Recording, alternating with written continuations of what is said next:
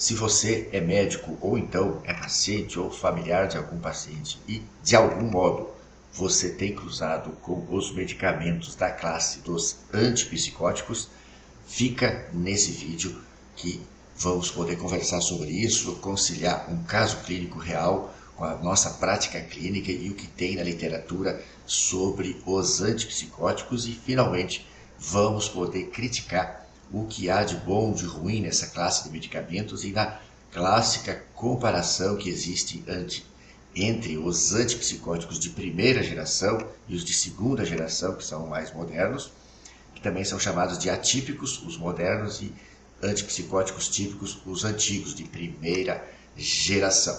A gente vai para a minha tela. Aqui eu coloquei o histórico inicial de uma consulta recente no consultório, quando a gente vai falar sobre isso. É uma paciente que entrou em surto psicótico, o marido foi observando isso até ela entrar em agitação psicomotora e ficar agressiva com ele, muito desconfiada dele. Ele precisou chamar a mãe dela de outra cidade e acabou levando ela para a UPA 24 horas, onde ela ficou observada, e lá não foi iniciado o tratamento com antipsicótico. Parece que apenas tentaram sedá-la com benzodiazepínico, com o diazepam, e não foi feita a medicação antipsicótica. E aí é que entra o detalhe, porque eu pensei em fazer esse vídeo, porque eu já tenho notado receber pacientes no serviço do consultório, pacientes que passam por pronto-socorro de hospital, por UPA 24 horas, passam por outros serviços médicos, e tenho notado que os médicos têm uma extrema dificuldade de iniciar os antipsicóticos que estão disponíveis nos hospitais e na rede pública. Então, evidentemente, eu iniciei medicação antipsicótica, a mais eficaz, mais estabelecida e antiga, que foi o haloperidol, e a paciente vem melhorando, fez efeitos colaterais, estamos controlando com outros medicamentos e em breve vamos poder modificar. Então, por que eu acredito que o médico tem dificuldade de iniciar a medicação antipsicótica para um quadro bem franco de agitação psicomotora, com alucinações e com delírio persecutório? Porque a literatura médica vem falando sistematicamente que é para usar os antipsicóticos de segunda geração, ou atípicos, que são mais modernos e mais caros, e por isso eles não estão disponíveis na rede pública e também em muitos hospitais, com a medicação cara, vence, causa prejuízo. A literatura aponta que eles seriam melhores, com menos efeitos colaterais, mas a gente precisa criticar e ver se isso é verdade. E aí eu estou há algum tempo ansioso para estudar aqui no UpToDate, que a gente tem acesso pela universidade. Eu sou sincero em contar que eu nunca tinha parado para entrar. E eu quis estudar justamente os antipsicóticos ali, 20 antipsicóticos, antes ver como estudar aqui no UpToDate. Eu vim aqui no YouTube, encontrei essa estudante aqui de medicina que falou maravilha sobre o UpToDate e ela acha ótimo que ele é super atualizado, tudo mastigado para a gente ali, mas mesmo assim a gente tem que fazer as nossas ressalvas com a prática clínica da gente e ver o que está disponível no nosso meio. Então aqui eu selecionei o tratamento das psicoses em adultos, tratamento inicial, que é um caso como o nosso, o primeiro surto psicótico. A paciente com 40 anos fez o primeiro surto, a gente investigou, fez imagens de sangue, não encontramos nenhum outro problema, não é por uma causa médica subjacente, é um transtorno mental puro mesmo, como que a gente trataria. E aqui aponta para vários outros artigos, mas aqui já tem o que o UpToDate traz, que seria a primeira linha de tratamento. Para a seleção do tratamento, ele fala aqui, preferência por agentes de segunda geração. Então tá, bingo. Mesmo o UpToDate, ele traz uma tendência de dirigir o médico, assim como a indústria farmacêutica e os representantes de laboratório, quando nos visitam, quando visitam os médicos, a mim não visitam mais, de tentar dirigir o médico para a prescrição dos antipsicóticos de segunda geração. E você vai assistir esse vídeo todo e vai poder criticar por que isso é dirigido dessa maneira. Se é real, se é melhor mesmo para os pacientes, ou se por acaso existe algum outro interesse por trás de dirigir a prescrição do médico para os antipsicóticos de segunda geração. Então aqui fala preferência por agentes de segunda geração, que são os atípicos mais novos, mais caros. Aqui está, sugerimos o uso de antipsicótico de segunda geração no tratamento de primeira linha na maioria dos casos de psicose, na maioria, não em todos, né? A seleção entre os antipsicóticos de segunda geração geralmente é baseada na familiaridade do clínico, do médico, com os agentes. Comorbidades do paciente, as características de cada paciente, sintomas psiquiátricos e nível de agitação e possíveis efeitos colaterais do medicamento. Tudo isso a gente precisa balancear. Em muitos casos, o aripiprazol e a risperidona, que são dois atípicos, dois novos, são escolhas apropriadas devido a seus perfis de efeitos colaterais relativamente favoráveis, tá? Já deixando implícito que os outros teriam mais efeitos colaterais. No entanto, características específicas podem levar à seleção de outros antipsicóticos de segunda geração, colocando como outros de segunda geração. Em alguns casos, por exemplo, agitação intensa, um paciente extremamente grave, um antipsicótico de primeira geração, como o haloperidol, pode ser apropriado. Então tá, eles apontam que é para escolher de primeira geração, mas olha só aquilo que eu tenho conversado na prática, inclusive com os alunos na universidade, que quando a coisa é grave, que o paciente está agitado, a gente precisa de sedação, precisa conter o paciente, vai ser o haloperidol que a gente vai precisar lançar a mão, por vários motivos. Medicamento com mais de 70 anos no mercado, seguro, não tem efeito cardiovascular, é bastante seguro, é bastante sedativo e realmente contém o paciente. A gente vê começar o antipsicótico em poucos dias, poucas semanas, os sintomas de psicose estão remitidos, estão abaixados. Vamos continuar aqui. Os antipsicóticos de segunda geração são preferidos porque tendem a causar menos efeitos extrapiramidais, ou seja, o parkinsonismo medicamentoso. Todos os antipsicóticos causam uma certa rigidez muscular, uma dificuldade motora que nós chamamos de parkinsonismo medicamentoso. Tem também a catisia, que é uma inquietude, e a distonia, que são movimentos involuntários tônicos, que o leigo, quando vê, pensa que é um derrame, e a gente tem como manejar com outros medicamentos. Infelizmente, em psiquiatria, nós temos que, às vezes, lançar a mão de um segundo, um terceiro medicamento para controlar o efeito colateral do primeiro. Mas quem pode ficar com sintomas psicóticos aí presentes são muito danosos. Pode acontecer verdadeiras tragédias. Uma meta-análise comparando a eficácia dos antipsicóticos mostrou menos efeitos extrapiramidais associados aos antipsicóticos de segunda geração, estudados em comparação com os de primeira geração, com o haloperidol, que sempre é comparado esses estudos. Além dessa distinção, os efeitos terapêuticos e os efeitos adversos não são significativamente diferentes entre os antipsicóticos de primeira e de segunda geração. E os pacientes que não responderam aos antipsicóticos porque têm efeitos colaterais significativos e riscos médicos que requerem seu monitoramento cuidadoso.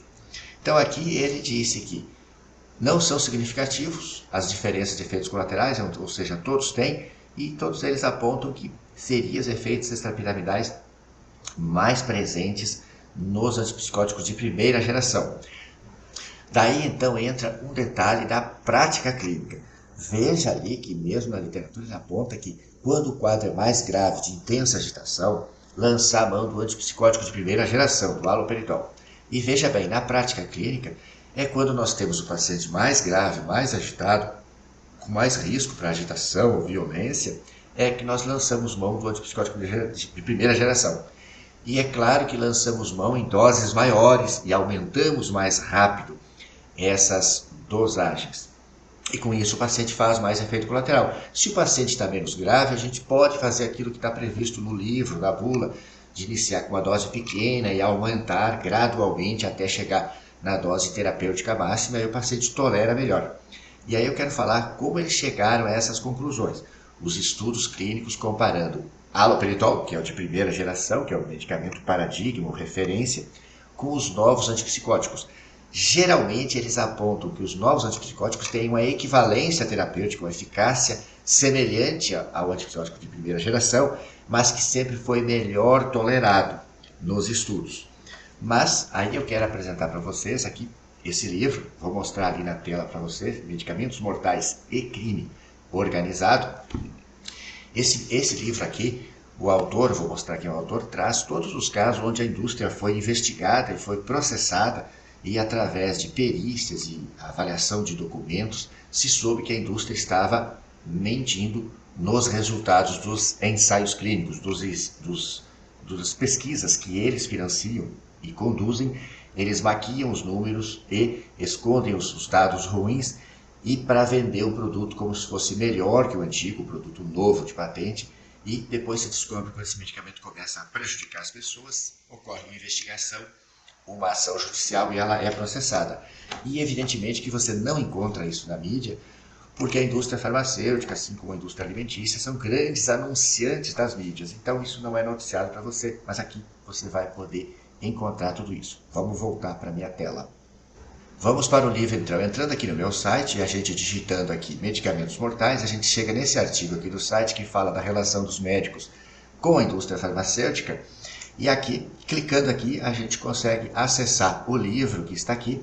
Vou mostrar a página 10 para vocês, onde está sobre o autor, o Peter Gottsche. Ele é dinamarquês e ele é graduado biólogo, químico e médico. E para encerrar a importância desse homem, ele foi um dos cofundadores da colaboração Cochrane, que avalia muito bem os ensaios clínicos. Ela é uma entidade de ponta e referência sobre a avaliação dos ensaios clínicos de terapia baseada em evidência, etc. Vimos aqui para o capítulo dos antipsicóticos neste livro. E aqui se fala várias coisas que eu já venho apontando para vocês. Os antipsicóticos são medicamentos perigosos que devem ser usados apenas se houver uma razão imperiosa, ou seja, presença de psicose e riscos para o paciente e familiares. E preferivelmente com terapia de curta duração, na mais baixa dose possível. Então, os antipsicóticos eles têm muitas similaridades com os inibidores seletivos da serotonina, os antidepressivos, não que sejam iguais na ação. Os mecanismos que a indústria usou para vendê-los, os mecanismos de marketing são muito parecidos. E os antipsicóticos vêm aumentando muito. Esse fabricante aqui, a Lilly, ela chega a fabricar fluoxetina antidepressivo junto com o antipsicótico. Da mesma forma que os antidepressivos, existem muitos ensaios perversos que apoiam o uso de antipsicóticos para quase tudo. Então, a indústria farmacêutica, além de vender os antipsicóticos para as psicoses, qual seja a esquizofrenia principalmente e a doença bipolar em crise com psicose, também pode-se usar a depressão com psicose. Em 2011, um ensaio da AstraZeneca estudando se a quetiapina poderia impedir o desenvolvimento de psicose em jovens de 15 anos de idade em risco de psicose foi interrompido depois de protestos porque era antiético. Imagine que eles conduziram um estudo clínico para dar antipsicótico para jovens de 15 anos porque tinham alguma história na família de psicose antes do sujeito desenvolver a psicose.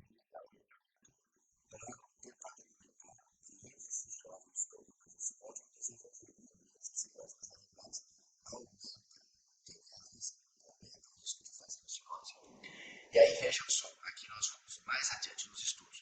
Uma meta-análise de 2009, que incluiu 150 ensaios clínicos com 21 mil pacientes, mostrou que nós psiquiatras, fomos enganados por 20 anos, lá de possivelmente dos anos 90, 1990.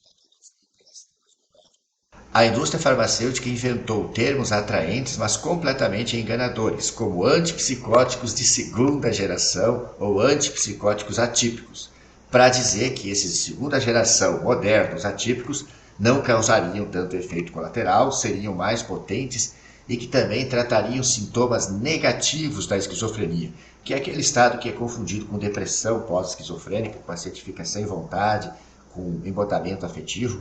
Na verdade, nenhum medicamento até hoje mostrou que seja efetivo no combate a esses sintomas. Todos eles controlam sintomas positivos, ou seja, delírios e alucinações.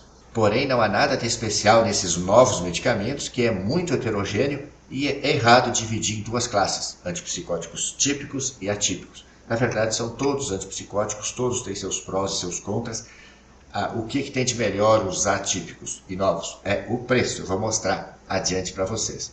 É incrível que tenha sido possível mostrar em uma meta-análise de ensaios clínicos publicados que os novos medicamentos não são melhores que os antigos, pois a literatura de pesquisa é muito falha. O haloperidol é o comparador na maioria dos ensaios e seu delineamento com frequência é falho, usando doses muito elevadas e aumentos de dose rápidas demais para o haloperidol e os outros medicamentos antigos, resultando em uma falsa afirmativa de que o medicamento novo é similarmente eficaz e mais bem tolerado. Uma meta-análise de 2.000 ensaios sobre a esquizofrenia revelou que a área de pesquisa é desastrosa e de má qualidade. Nem mesmo melhorou com o passar do tempo. Em 640 instrumentos diferentes que eles mediram o desfecho para ver se o paciente melhorou após 10 a 12 semanas de intervenção, usaram 640 instrumentos diferentes, sendo que mais da metade deles, 369, foi usado uma única vez. Então, é muito difícil acompanhar. Surpreende o memorando da Pfizer, olha a Pfizer aqui, AstraZeneca, para vocês lembrarem. Mostra-se falhas introduzidas de forma deliberada. As falhas nos estudos são colocadas deliberadamente, ou seja, o estudo promovido pela indústria, nesses casos, é deliberadamente desenhado para tentar dar ruim para a medicação antiga e aparecer resultado melhor para a medicação nova. Olha que o memorando interno nas investigações encontraram. O que a indústria falou? Se tivéssemos que aumentar a dose da dotiepina de 75 para 100 miligramas, a dotiepina é o medicamento antigo, devíamos fazê-lo em uma semana e não de 2 em 2 semanas, o que resultaria em uma alta taxa de desistência de dotiepina, devido aos efeitos colaterais. Em 2 semanas, os pacientes aprenderam a conviver com os efeitos colaterais. E aumentando mais devagar, os efeitos colaterais são mais tênues. Então veja que eles conseguem resultado nos estudos dizendo que a eficácia terapêutica foi similar, mas que foi do novo antipsicótico e do antigo, mas que o novo antipsicótico foi mais bem tolerado. Só que eles não contam na conclusão do estudo, que é o que vai ser apresentado pelo propagandista ao médico no consultório, eles não falam que eles aumentaram semanalmente, eles dobraram a dose do haloperidol, enquanto que do medicamento novo eles fizeram doses de 25% de aumento a cada 2 semanas, contra 1 semana do antipsicótico antigo. Assim, quando o paciente descontinua, não aguenta os efeitos colaterais e sai do estudo porque não aguentou a medicação, é ponto negativo para a medicação antiga. E aqui ele traz sobre o Zyprexa, apontando que o Zyprexa é um medicamento terrível, já estava com a patente para expirar lá em 2001, e a Lilly lançou ele de novo, promovendo um estudo comparando ele com outro antipsicótico que nunca foi lançado, porque aumentava muito a dislipidemia, o aumento de colesterol, e eles fizeram um estudo em cães comparando a olanzapina com esse antipsicótico que nunca chegou lançado e comprovou que ela aumentava menos o colesterol do que esse outro que decidiram nem lançar porque aumentava demais. E com muita propaganda eles conseguiram fazer desse antipsicótico o mais vendido no mundo. O Zyprexa, ele tem um potencial enorme de aumentar pelo menos 10 quilos nos pacientes no primeiro ano de uso, em 30% dos pacientes. Aqui o autor traz uma estimativa de que se 20 milhões de pessoas usaram o Zyprexa no mundo em 2007, e nos estudos aponta que tem uma morte pelo Zyprexa em cada 100 pacientes estudados, e os estudos são conduzidos apenas por 10 a 12 semanas. Os estudos são apenas por 10 a 12 semanas. Se chegou ao resultado de uma morte para cada 100 pacientes estudados. Isso parece pequeno, mas como 20 milhões de pessoas usaram em 2007, só em 2007 se estima que 200 mil pessoas morreram pelo uso do Zyprexa. É uma morte direta. É um paciente que ganha peso, ganha hiperglicemia, ganha hipertensão, ganha dislipidemia, e por isso vai ter um sucesso cardiovascular negativo, infarto, AVC ou morte de causa cardiovascular ou diabética. Aqui nessa meta-análise de 2009, onde apontou que os antipsicóticos atípicos não dá para serem considerados atípicos, porque também tem efeitos colaterais, não tem nada de melhor que os típicos antigos, ele aponta para esse estudo aqui, 63 e 67. Vim aqui na referência 67 e vi que era uma publicação do The Lancet e peguei aqui a numeração e joguei na internet e achei a publicação aqui do The Lancet, drogas antipsicóticas de segunda geração versus primeira geração para esquizofrenia, uma meta-análise. E aqui está o resultado dizendo, é verdade, o Peter não estava mentindo lá. Descoberta, incluímos 150 estudos duplos cegos, a maioria de curto prazo, eu falei, 10, 12 semanas que eles estudam isso, com 21 mil pacientes participantes. Excluímos estudos, tá? 4 desses medicamentos foram melhores que os antipsicóticos de primeira geração, para eficácia em geral. Que foram aqui a amisulprida, a clozapina, a olanzapina e a risperidona, todos esses disponíveis aqui no Brasil. Outras drogas de segunda geração não foram mais eficazes que as de primeira geração, mesmo para sintomas negativos, que eu tinha conversado com vocês. Isso tudo eu já notava na prática clínica, mas a gente é meio que desautorizado a falar da prática clínica, mesmo que a medicina baseada em evidência é prática clínica, ensaios clínicos, né, estudos científicos e a interação com o paciente, a vontade do paciente, as expectativas do paciente. Essas 3 coisas têm que ser levadas em conta ao clinicar na medicina baseada em evidência. Então está aqui. E aí a interpretação da meta-análise é que os antipsicóticos de segunda geração diferem em muitas propriedades e não são uma classe homogênea. Esta meta-análise fornece dados para um tratamento individualizado com base na eficácia, efeitos colaterais e custos. Ou seja, tem que pesar custo-benefício de cada paciente, de cada droga, mas não dá para generalizar e dizer que os antipsicóticos de segunda geração sejam melhores. Inclusive, na minha prática clínica, eu praticamente não começo o antipsicótico de segunda geração, sempre começo pelos de primeira geração, dado que eles são eficazes e têm quase que o mesmo perfil de efeitos colaterais e um custo muito menor. Ziprexa, então, a olanzapina, quase que eu nunca uso. Viemos aqui na referência e eu vou comparar para vocês aqui agora por que a literatura força a barra para falar que os antipsicóticos de primeira geração são melhores. Olha aqui o valor da olanzapina, do Ziprexa, referência da Lilly, R$ 1.463. É claro que tem antipsicótico na faixa de R$200, R$300, genéricos, olanzapina genérica, porque já caiu a patente. Mas lá nos anos 2005, 2006, ele era vendido a cerca de R$700 lá em 2005, enquanto que o haloperidol na época era R$10. E olha quanto que custa o haloperidol de primeira geração. 20 comprimidos, R$15. 20 comprimidos. Aqui a caixa era com 30 comprimidos. Mas vamos levar assim, se fosse uma caixa de 30 comprimidos aqui, custaria talvez R$25. Então, é uma disparidade enorme de preço. Dito tudo isso, qual a interpretação que eu chego? O médico está autorizado a fazer os antipsicóticos de primeira geração porque são eficazes, têm praticamente o mesmo perfil de efeitos colaterais e estão disponíveis na rede SUS, estão disponíveis nas emergências dos hospitais, tanto público quanto particulares, e também está acessível ao paciente comprar. Quantos dos nossos pacientes podem comprar olanzapina a R$1.400? E tem mais caros ainda, tem outro injetável, Invega-30, que muitas vezes nós temos que lançar mão de antipsicótico injetável, custa R$7.500. Enquanto que a caixa do haloperidol de canoato, que é o injetável com dose para um mês, custa cerca de R$150. Eles são muito mais econômicos e muito mais eficazes. E, infelizmente, eu estou um pouco triste com as interpretações ali do UpToDate, que elas deixam mais claro que é para você preferir segunda geração. Mas se você ler e se conciliar com a prática clínica, você vai ver que ali também está escrito que quando a agitação é intensa e o risco é grande, é para lançar mão do haloperidol.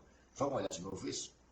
Em alguns casos, por exemplo, agitação intensa, um antipsicótico de primeira geração como o haloperidol pode ser apropriado, mas, em linhas gerais, a leitura menos desatenta fica com a opção de preferência pelos de segunda geração.